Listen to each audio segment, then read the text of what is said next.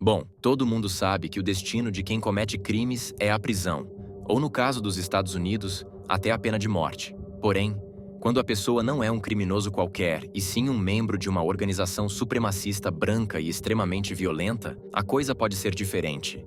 E é isso que vamos ver no vídeo de hoje. O que acontece com os membros da KKK na prisão? Larry Webster.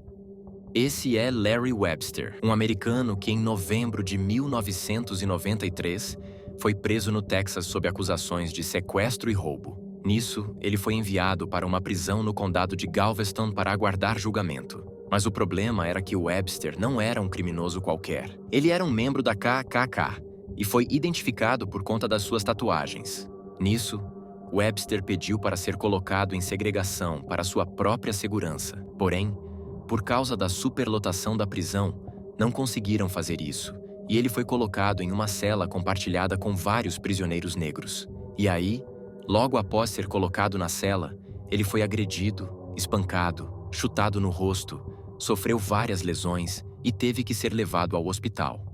E por conta disso, Webster decidiu processar o condado. Ele argumentou que foi colocado em uma cela com presos negros, embora sua ligação com KKK fosse bem conhecida pelos carcereiros. E, no dia 19 de julho de 2000, Webster conseguiu ganhar o caso e ainda recebeu uma indenização total de $55 mil, 5 mil em danos reais e 50 mil em danos punitivos. No final, o veredito considerou o Major Eric Novello, que comanda a prisão, e o sargento Leslie Hobbs, responsáveis pelos danos. O júri os considerou negligentes no tratamento do prisioneiro, já que estava tão óbvio que ele seria uma alvo de violência devido às suas crenças supremacistas brancas. Mas apesar dessa vitória, Webster ainda foi sentenciado a 10 anos de prisão pelos crimes de sequestro e roubo. Henry Francis Hayes. Henry Francis Hayes foi um membro da KKK no Alabama, que foi condenado à morte por assassinato em 1981. E tudo começou nesse ano quando estava acontecendo o julgamento de Josephus Andersonan, um afro-americano acusado de assassinar um policial branco durante um assalto à mão armada, na cidade de Mobile, no Alabama. O homem foi julgado por um júri misto de brancos e negros, mas no final do caso, eles não conseguiram chegar a um veredito. Isso irritou os membros da KKK. Eles afirmavam que essa falta de decisão era porque alguns membros do júri eram afro-americanos. Então, logo após o término do julgamento, a KKK do Alabama, chamada United Klans of America, realizou uma reunião e Benny Hayes, o segundo oficial de maior patente e pai de Henry Hayes, disse o seguinte: se um homem negro pode escapar impune de matar um homem branco, nós deveríamos ser capazes de escapar impunes de matar um homem negro. Em 20 de março de 1981, o caso de Andersonan foi julgado novamente e, de novo, o júri não conseguiu chegar a um veredicto. Nesse mesmo dia, a United Klans of America fez outra reunião. Logo em seguida, Henry Hayes, de 26 anos, e James Knowles, de 17, saíram armados e equipados com uma corda por Mobile à procura de uma pessoa negra para atacar. E eles avistaram um homem chamado Michael Donald caminhando. Michael não tinha nenhum vínculo com o caso Andersonan nem nada. Ele foi apenas escolhido aleatoriamente por ser negro e atacado. Henry e James forçaram Michael a entrar no carro sob a mira da arma e o levaram para outro condado. Lá, eles o atacaram, estrangularam com uma corda, o espancaram com um galho e depois ainda cortaram sua garganta. Depois deixaram o corpo de Michael sem vida pendurado em uma árvore do outro lado da rua da sua casa. E, na mesma noite, outros membros da clã queimaram uma cruz de quase 1 metro no gramado do tribunal do condado de Mobile para comemorar o assassinato. Apesar de tudo isso, por quase 2 anos e meio não houve prisões. Inicialmente, a polícia local declarou que Michael tinha sido morto por conta de um acordo de drogas que deu errado, mas sua mãe insistia que ele não estava envolvido com drogas. Então, começaram a rolar vários protestos na cidade, exigindo respostas da polícia. Até que em 1983, o FBI investigou o caso e finalmente encontraram algumas conexões que levaram a Henry Hayes e James Knowles, e ambos foram presos. James confessou completamente e recebeu prisão perpétua, evitando a pena de morte ao testemunhar contra Henry no julgamento. Enquanto isso, Henry foi condenado por homicídio capital e executado na cadeira elétrica em 6 de junho de 1997. Essa foi a primeira execução no Alabama por um crime de branco contra negro desde 1913. Ele também é o único membro da KKK conhecido a ter sido executado no século XX pelo assassinato de um afro-americano. O pai de Henry, Benny Hayes, também foi indiciado pelo assassinato de Michael, mas morreu de ataque cardíaco antes que pudesse ser julgado. No final, a mãe de Michael também processou a UCA e a Klan foi considerada responsável de homicídio culposo pelo linchamento de Michael Donald. Foi ordenado que a Klan pagasse $7 milhões, o que levou a United Klans of America à falência. Thomas Terrence. Esse é Thomas A. Terrence. Ele era um supremacista branco chamado de o homem mais perigoso do Mississippi. Em 1968, ele foi preso após um violento tiroteio com a polícia durante uma tentativa de assassinato de judeu. Ele foi condenado a 30 anos de prisão, mas lá ele descobriu Jesus e acabou se tornando um cristão defensor da paz e da justiça racial. E tudo começou na década de 1960, enquanto acontecia movimento dos direitos civis, um período de tempo compreendido entre 1952 a 1983. O movimento pautava os direitos básicos aos ex-escravizados. Isso porque, depois que a escravidão foi abolida nos Estados Unidos, em 1865, muitas pessoas não aceitavam que os negros libertos pudessem ter direitos iguais aos dos brancos. E nessa época, Thomas era um estudante do ensino médio que foi seduzido por essa ideologia extremista que era contra o movimento dos direitos civis. Isso foi criando um crescente ódio dentro dele pelos afro-americanos e judeus. E em pouco tempo ele acabou indo parar nos braços da KKK e se envolvendo no seu reinado de terror. E junto dele, tinha mais uma pessoa que compartilhava dessas mesmas crenças, a americana Catherine Madeleine Ainsworth, e ambos viraram amantes. Os dois começaram a receber treinamento com armas de fogo e explosivos dentro da Klan, e estavam sendo preparados para executar um ataque. E aí, em 28 de maio de 1968, ambos participaram de um bombardeio contra a congregação Beth Israel. Um mês depois, eles se prepararam para um novo ataque. Em 30 de junho de 1968, Thomas e Catherine foram até a casa de Meyer Davidson, um líder de uma comunidade judaica, para colocar uma bomba na sua casa. Era uma bomba caseira composta de 29 bastões de dinamite. Porém, o FBI já sabia da tentativa de atentado e preparou uma emboscada para pegá-los. Aí aconteceu um tiroteio sangrento. Catherine foi baleada no pescoço e faleceu na hora. Já Thomas foi baleado várias vezes, mas sobreviveu aos ferimentos e foi condenado a 30 anos de prisão. Em 1969, Thomas escapou da prisão com outros 2 condenados, mas se rendeu um tempo depois que um deles foi morto em um tiroteio com o FBI. E ele acabou passando os 3 anos seguintes sozinho em uma pequena cela de segurança máxima pela fuga. Durante esse tempo, Thomas começou uma busca pela verdade que o levou à Bíblia, a alguns textos de Platão, Aristóteles e até algumas escrituras e evangelhos. Foi aí que ele percebeu que tinha se desviado drasticamente. Então, em 1976, ele se converteu ao cristianismo e se libertou do ódio e violência racial. E após 8 anos atrás das grades, Thomas conseguiu uma liberação antecipada, obteve um diploma e um doutorado, e passou os últimos 12 anos trabalhando como presidente de um instituto cristão. Desde então, ele tem pregado contra o racismo e escreveu um livro sobre sua jornada, O Consumed by Hate, Redeemed by Love: How a Violent Klansman Became a Champion of Racial Reconciliation. Em tradução para português, consumido pelo ódio, redimido pelo amor, como um Klansman violento se tornou um campeão da reconciliação racial. Dylann Roof. Esse é Dylann Roof, um jovem supremacista branco que, aos 21 anos, executou um massacre em uma igreja da comunidade negra em Charleston, na Carolina do Sul. A Igreja Africana Metodista Episcopal de Emmanuel era um símbolo da luta contra essa escravidão. Foi fundada em 1816 pelo líder abolicionista Morris Brown. Ela reúne a mais antiga comunidade negra do sul dos Estados Unidos da época da escravidão, com 7 milhões de fiéis. E aí, no dia 17 de junho de 2015, Dylann se juntou ao grupo de estudos da Bíblia da igreja e 40 minutos depois, simplesmente iniciou o massacre. Ele atirou 77 vezes no interior do templo e resultou na perda de 9 vidas, todas negras.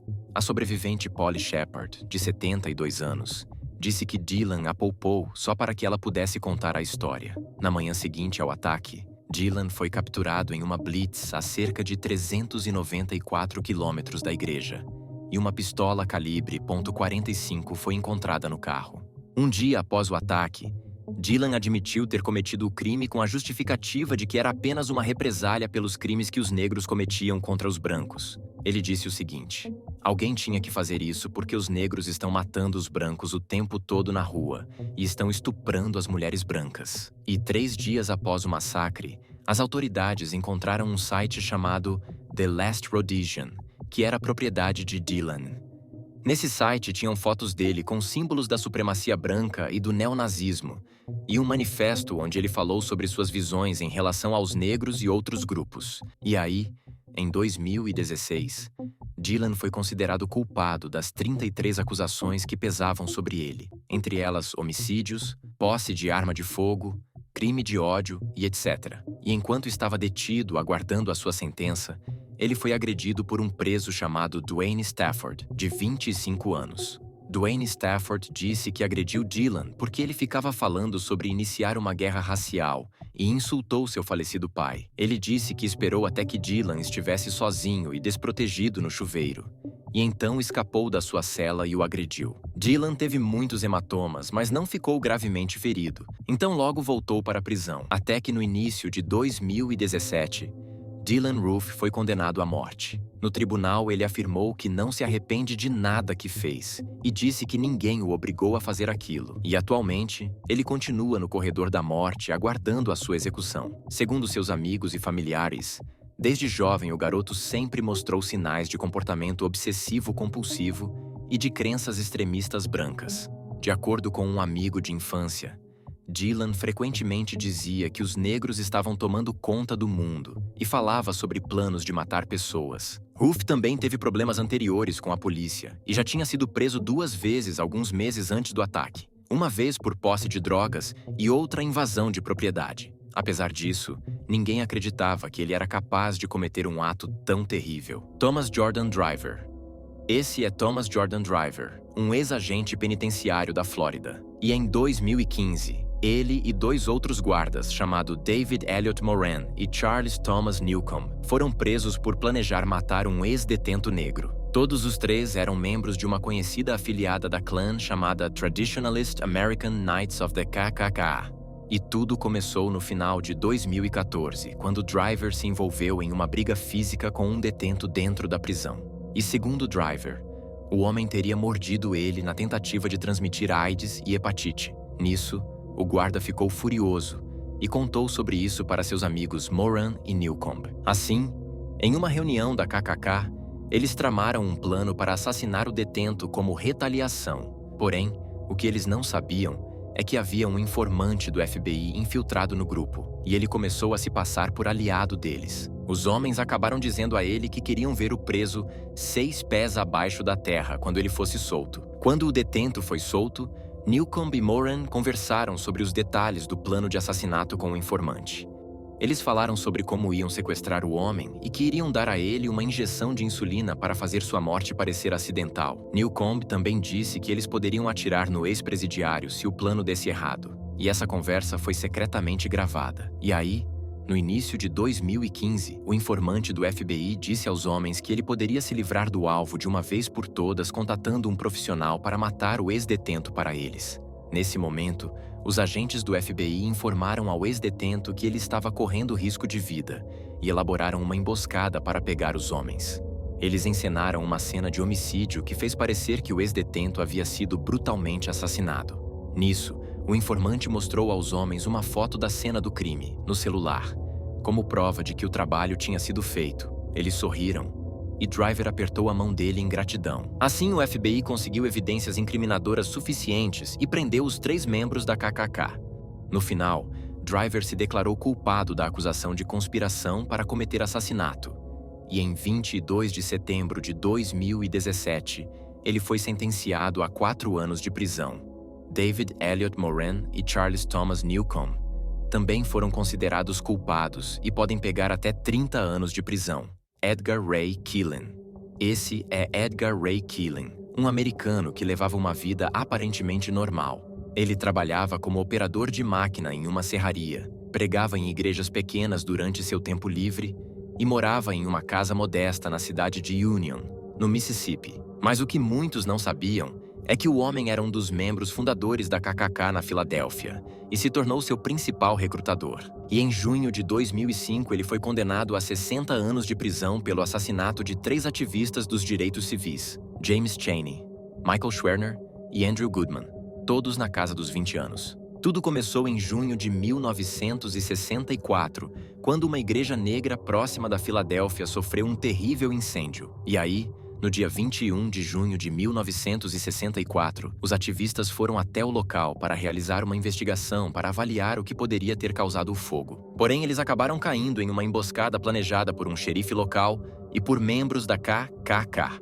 Nisso, os 3 ativistas foram espancados e mortos a tiros. Os corpos só foram encontrados 6 semanas depois, numa represa, enterrados sob uma barragem de terra. A principal teoria é que Edgar Ray Killen não estava presente na cena do crime, já que ele tinha um álibi de estar em uma casa funerária naquele momento. Porém, ele teria sido o responsável por planejar e recrutar as pessoas que mataram os ativistas. Depois de várias investigações, processos e julgamentos, em 2005, Edgar Ray Killen foi condenado a 60 anos de prisão. Além dele, mais 7 pessoas também foram condenadas pelos assassinatos. Edgar ficou cumprindo sua pena na penitenciária do estado do Mississippi até 11 de janeiro de 2018, quando faleceu aos 92 anos. A causa da morte não foi informada, mas recebeu tratamento para insuficiência cardíaca e hipertensão pouco tempo antes de falecer. E, durante todo o tempo que esteve preso, Edgar alegou inocência. Frazier Glenn Miller Jr. Esse é Frazier Glenn Miller Jr., um ex-militar e membro da KKK do Missouri. Ele abandonou a escola ainda no ensino médio e ingressou no Exército dos Estados Unidos, onde serviu por 20 anos. E em 1979, ele se juntou ao Partido Nazi Americano, um grupo neonazista. O grupo atacou e matou manifestantes do Partido dos Trabalhadores Comunistas em 3 de novembro daquele ano, em um massacre em Greensboro, na Carolina do Norte. E aí, nesse mesmo ano, Frazier foi dispensado do exército por distribuir propaganda racista. Já em 1980, ele fundou o Carolina Knights of the KKK, que mais tarde se transformou no White Patriot Party. Eles eram a favor do apartheid, aderiu à teologia cristã racista e apoiava abertamente a criação de uma nação exclusivamente branca no sul dos Estados Unidos. E quem o introduziu a essa política racialista branca foi seu próprio pai, que deu a ele uma cópia do The Thunderbolt para ele ler. Já em 6 de abril de 1987, Frazier enviou uma carta a 5.000 destinatários declarando guerra total contra judeus, negros, imigrantes, LGBT, apoiadores do aborto e da separação entre igreja e Estado. Pouco tempo depois dessa declaração, sua casa foi vasculhada e foi encontrado um enorme arsenal de armas. Lá tinham armas suficientes para equipar um pequeno exército com explosivos, dinamite, granadas, rifles, espingardas, bestas e meia tonelada de munição. Segundo amigos e familiares, Frazier era como uma bomba relógio, e um dia essa bomba explodiu. E em 13 de abril de 2014, ele tirou a vida de 3 pessoas em um tiroteio no Overland Park, um lugar que abriga um centro comunitário judaico e uma comunidade judaica de aposentados. No tiroteio, motivado pelo ódio, ele assassinou William Lewis Corporon, de 69 anos, seu neto Riet Griffin Underwood, de 14 anos, e uma mulher chamada Terry Lamano. Seu objetivo era tirar a vida de judeus. Ele foi preso durante o ataque e se representou no seu próprio julgamento, onde disse o seguinte: "Eu amo odiar. O ódio me faz passar os dias, me dá uma sensação quente e reconfortante no estômago, saber que odeio meus inimigos." Até que em novembro de 2015, Frazier foi condenado à morte por injeção letal pelo tiroteio, assassinatos, agressão, porte de armas e vários outros crimes. E quando o juízo declarou a sua sentença, ele gritou: "Um dia meu espírito se levantará da minha sepultura e vocês saberão que eu estava certo." Em algumas entrevistas que deu por telefone, Frazier chegou a dizer que sofria de doença pulmonar avançada e que estava morrendo na época dos tiroteios. Então queria garantir que mataria alguns judeus antes de morrer. Porém, no final, descobriram que as 3 vítimas que ele matou eram cristãs. Fraser morreu em 3 de maio de 2021, aos 80 anos, na prisão, enquanto aguardava sua execução. A causa da morte dele foram causas naturais. Daniel Lewis Lee. Esse é Daniel Lewis Lee, um supremacista branco que foi sentenciado à morte pelo terrível assassinato de uma família inteira do estado do Arkansas, nos Estados Unidos.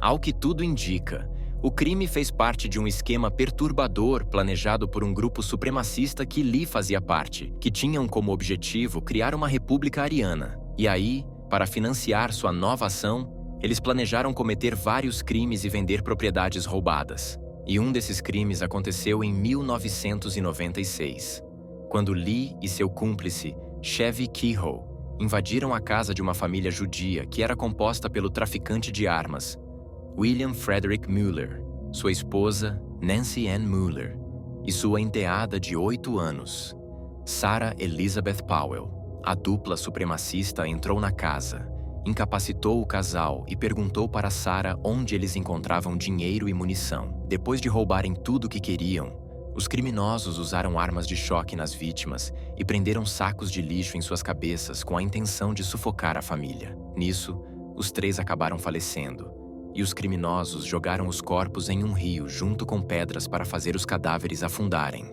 1 ano depois, Lee e Chevy foram presos, e as investigações apontaram que o crime tinha sido bem premeditado.